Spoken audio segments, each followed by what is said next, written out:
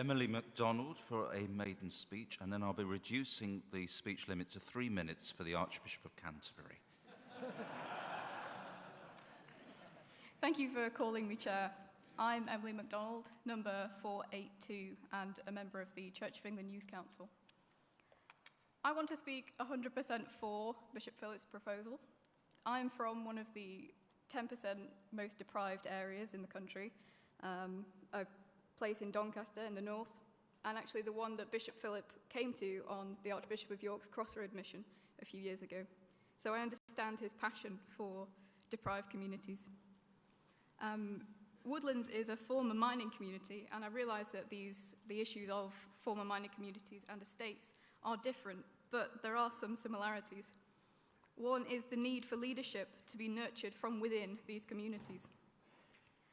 I felt a call to church ministry when I was at my home church, and I'm currently in the discernment process.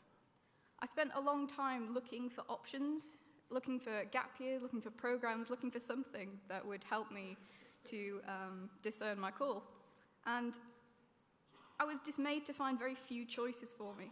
And that's not because there aren't programs out there, but because they weren't financially viable for me to do at the time. That's why I was very fortunate and grateful to find the Church of England Ministry Experience Scheme, because they do financially support the discernment process. The parish I'm in at the moment has two very different churches within the parish, very different socio-economically.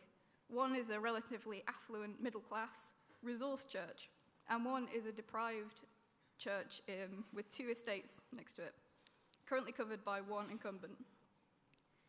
The deprived church has a minister, it has had a minister of its own in the past, but it's not alone in struggling to find a long-term solution so that community can be properly covered. And there is absolutely a need for it, especially in deprived communities, because they, as much as anyone, if not more, need the hope that faith in Jesus brings. And it's not an attractive prospect to give up an incumbency in an affluent suburb to go to a financially struggling part of the country, an area with a reputation of the people being rough, or where there's a low level of academic progression. There are people who minister in these contexts who have very different backgrounds to the ones they're currently ministering in, and they do a fabulous job. But there is a lack of Indigenous leaders. It can feel very patronising in a community to ship in a middle-class person who thinks they understand how it is to live the daily lives of the people in this community.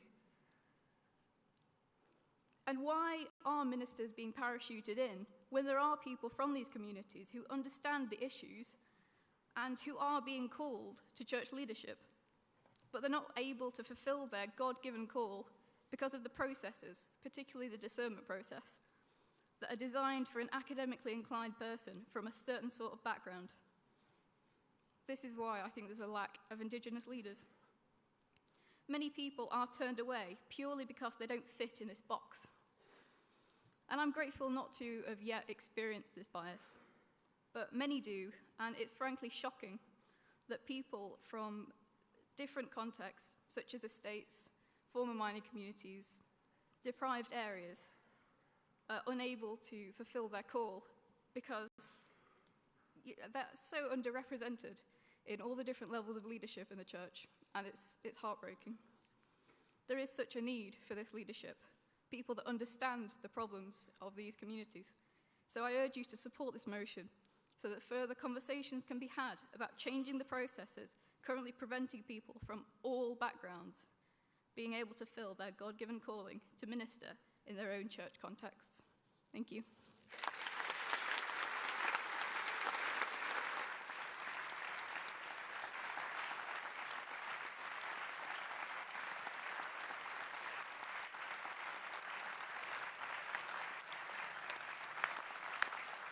The